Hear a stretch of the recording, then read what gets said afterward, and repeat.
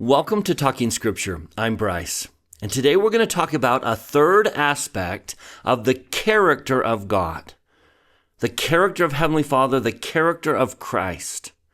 We cannot claim the blessings of the atonement with shattered confidence. If anything, if we allow anything to creep into our lives that causes us to cast away our confidence, it's going to affect how well we can claim the blessings of His atoning sacrifice. So trying to prevent the loss of confidence, we hold on to the truths about His character, His attributes, and His perfections. I remind you once again that Joseph and the early brethren declared, "Three things are necessary in order that any rational and intelligent being may exercise faith in God unto life and salvation." First, the idea that He actually exists. We have to have made a connection with Him. You have to know that He really is there because He's manifested Himself to you. And then secondly, a correct idea of His character, perfections, and attributes.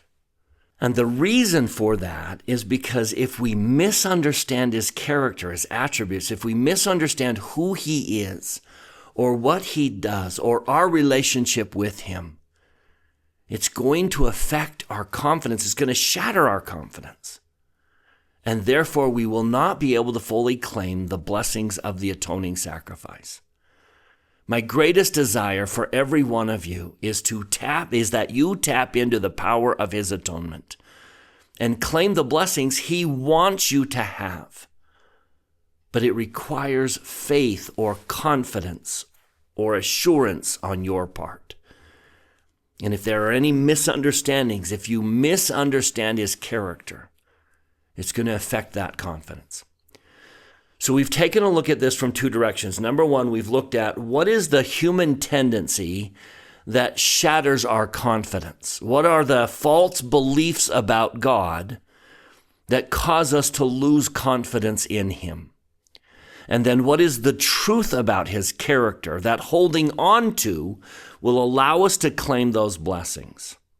We've already talked about two human tendencies. Number one is the tendency to believe that something's going to get in the way and prevent God from being able to save me. Any hint that He can't fulfill His promises is going to shatter my confidence. So we have spent a great deal of time in this series talking about Him, His character, His perfections, His abilities, His attributes, so that you and I all know that He is able to do His work. He is able. Nothing is going to come around and prevent Him from fulfilling His promises. Once again, I testify with everything I am, everything that I have inside me, that He is the eternal God. He is not bound by human limitations, that He is able to save you. But that led to the second thing we talked about. What if He doesn't want to? Okay, what if He's able to, but He doesn't want to? So we address that He really does want to. His greatest desire is to save you.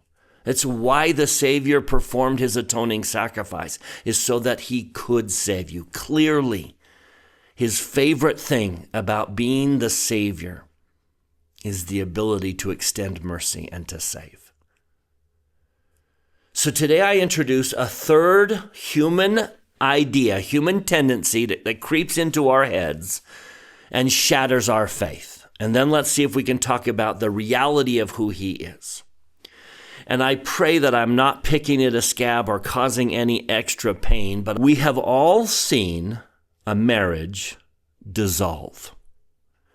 It's a tragedy when it does, but we've seen a marriage that started out as a happy couple, where they were in love with each other, committing to each other. All of a sudden, it ends in divorce. One or the other, at one point, basically said, "I'm tired of being married to you. I want out." and they walked away.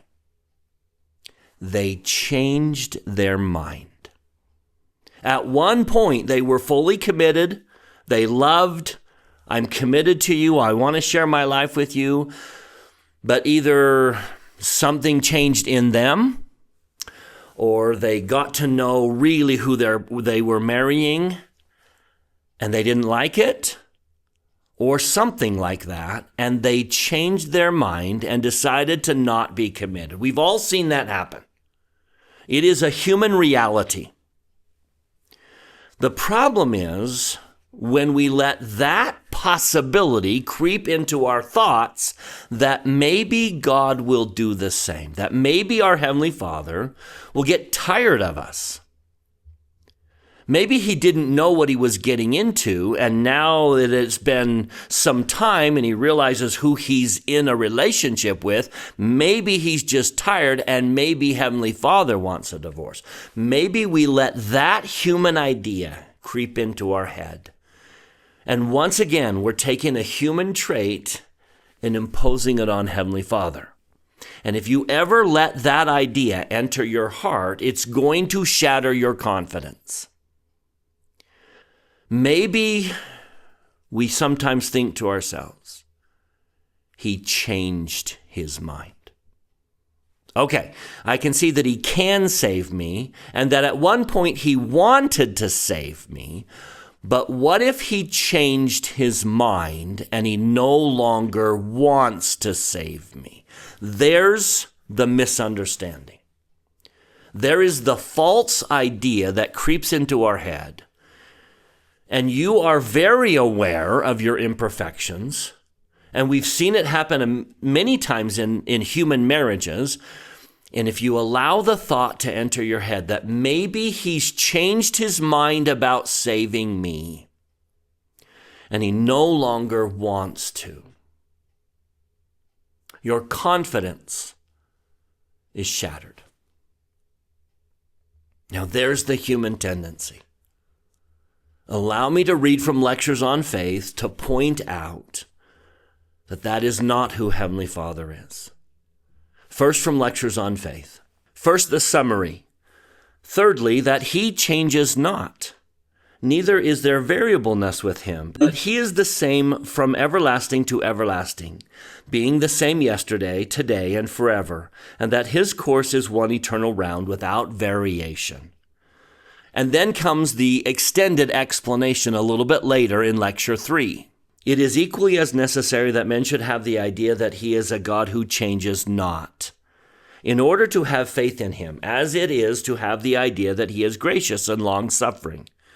For without the idea of unchangeableness in the character of deity, doubt would take the place of faith. And there's the enemy.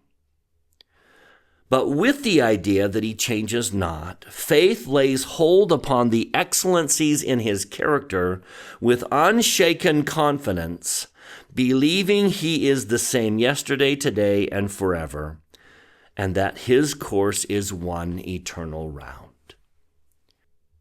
He changes not. The Father, the Son, they don't change. They don't change their mind. They don't suddenly get to know something about you and that changes their desire to love you or to save you. They have known everything about you your whole life.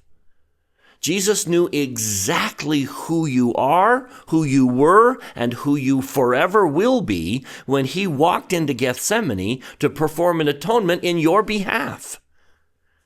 If the Father, if the Son entered into a covenant with you yesterday, nothing has changed today that would cause them to get out.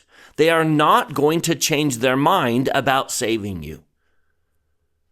They're not going to run out of anything, patience or love, and then suddenly change their mind. They will never walk away. They can't. Let me read a handful of scriptures. First, let me point out that he can't walk away from you. I love this verse in Isaiah chapter 49. Israel complains, the Lord hath forsaken me, and my Lord hath forgotten me. They sure seem to be suggesting that he changed his mind. If he's forsaken me, then clearly he was once with me, but now he's gone away. He must have changed his mind. See, there's the human tendency to believe that God has walked away. He has forsaken me. Now, to correct that, listen to what he says. Can a woman forget her sucking child, that she should not have compassion on the son of her womb? Yea, they may forget, yet will I not forget thee. Why is it that so many women, after giving birth, they just can't walk away? They can't walk away. It's because they've paid too high a price. They're too invested. They love too deeply. That child was once a part of them. They are eternally connected. And because of the price they paid, what they went through, they cannot walk away. Horrible analogy, but have you ever paid a lot of money for really bad food?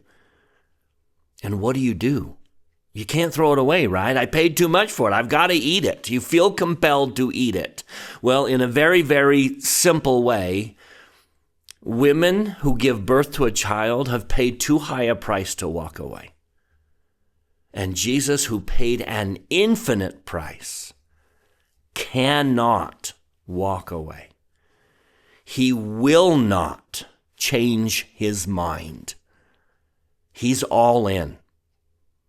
That is the truth about his character that we must believe. Otherwise, doubts are going to start to creep into our heads. While we're doing Isaiah, can I throw an interesting verse in? In the very next chapter, thus saith the Lord, where is the bill of your mother's divorcement, whom I have put away? Now, the imagery here is that Jesus is married to the church. Hence, he's talking about your mother, the church. But I think we can apply that very much to our relationship directly with him. Where are the divorce papers? There are none. There never will be any. He cannot, does not change his mind. If he jumped in, he's all in. He will never walk away. There's a beautiful hymn we sing. Listen to the conclusion. The soul that on Jesus hath leaned for repose, I will not, I cannot desert to his foes. That soul, though all hell should endeavor to shake, I'll never, no never, I'll never, no never, I'll never, no never, no never forsake. Think about those words. And let the Spirit testify to you. There are no divorce papers. There never will be. He will not, has not changed his mind. He is fully willing to continue his commitment to you throughout all eternity. I love this from President George Q. Cannon. No matter how serious the trial, how deep the distress, how great the afflictions, he will never desert us. He never has, and he never will. He cannot do it. It is not his character. He will stand by us. We may pass through the fiery furnace. We may pass through deep waters, but we shall not be consumed nor overwhelmed. We shall emerge from all these trials and difficulties the better and purer for them if we only trust in our God and keep his commandments. He cannot, he will not change his mind and suddenly walk away from you. If he was willing yesterday, he's not only willing today, but he will be willing forever. With all my soul, I testify that he is a God that changes not. He doesn't suddenly lose his ability to save, nor does he suddenly lose his desire to save. Everything we read about him, everything we read about his love and commitment, his compassion, his saying, I cannot forsake you, everything we read about him not only was true yesterday, is true today, and will always be true in the future. He changes not. He will never decide one day to walk away from you. He will never ask for a divorce. Never in all of eternity. He does not change his mind. And I say that in the name of Jesus Christ. Amen.